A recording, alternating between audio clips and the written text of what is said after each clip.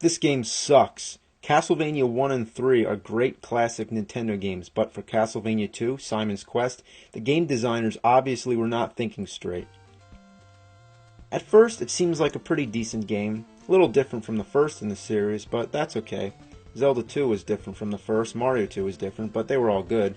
The first thing that's strikingly different is the fact that you have to go through towns, talk to people, and buy stuff. Never really minded that. It makes it a little more like an adventure story, and it's kind of like Zelda, so that's okay. But the first problem comes in when it changes from day to night.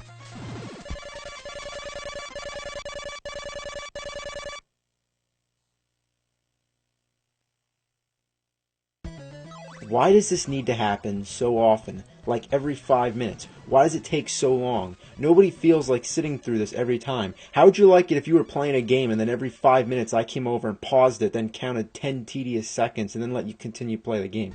Now, why did they think that that would be a good idea and interrupt the gameplay? Did they think it would be more realistic? In real life, I don't have to stop in my tracks when the sun sets and a fucking box doesn't pop up in the air. This is one of the most annoying features in any game ever. What's the point? Yeah, the monsters are stronger at night and the stores are closed, but why is that necessary and why does the game have to stop? It's fucking retarded. And why do you have to die when you fall in the water? That's the stupidest thing I've ever seen. This guy can go all over fighting hordes of evil monsters, but he can't even fucking swim?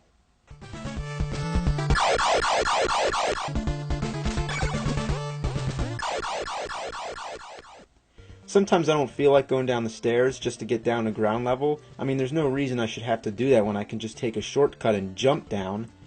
But oops, I shouldn't do that. There might be water down there. Another thing that's really annoying about this game is the fact that you have to buy weapons and items. Still, that's not uncommon. Like I said, that's the same thing you have to do in many great games like Zelda, but let me explain.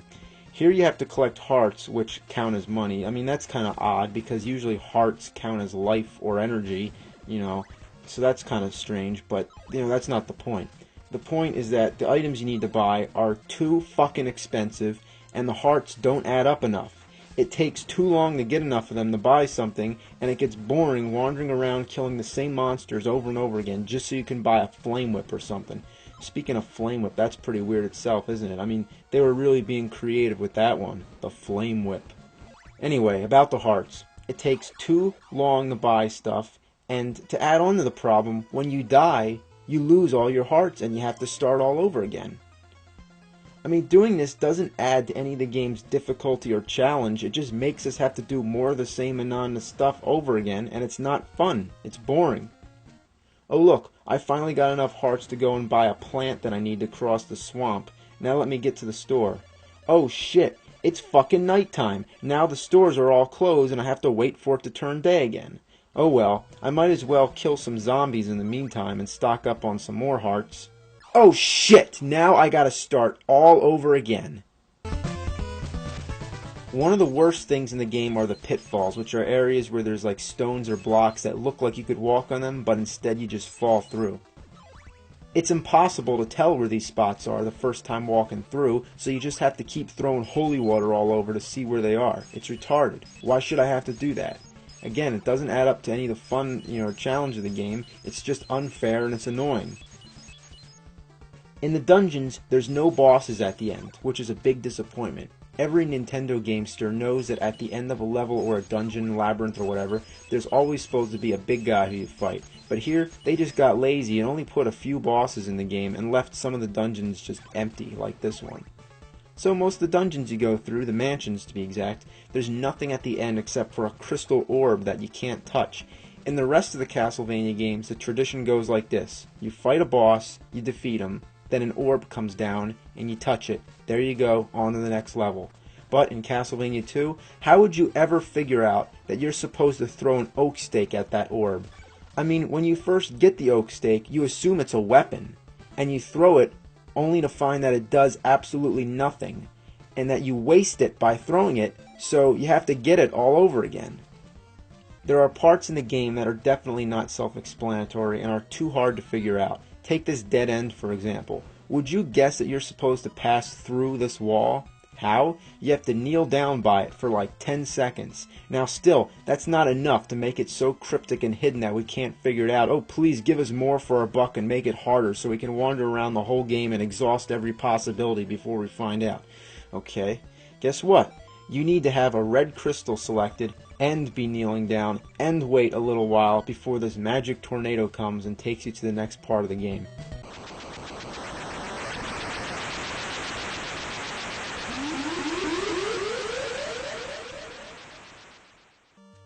Most of the townspeople have things to say which aren't important at all, so why do you have to read them? Here in the dungeons, there's books that you may find which actually give you clues about things in the game that you may need to know about. But when I find these books half the time, it's by accident, so I may hit the button and cancel it out, which means that I don't even get to read it and I don't have a second chance.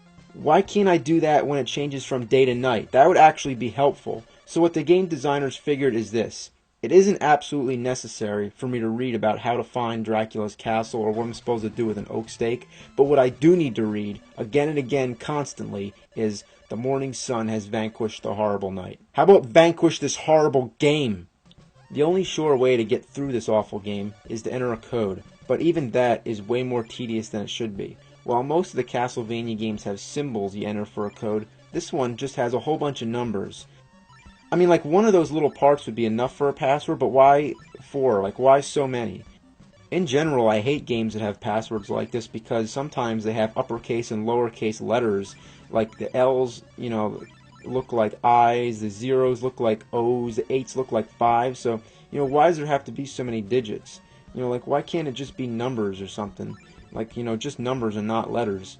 I mean, it takes me like 5 minutes to enter this code when it should only take like 5 seconds. It's friggin' stupid.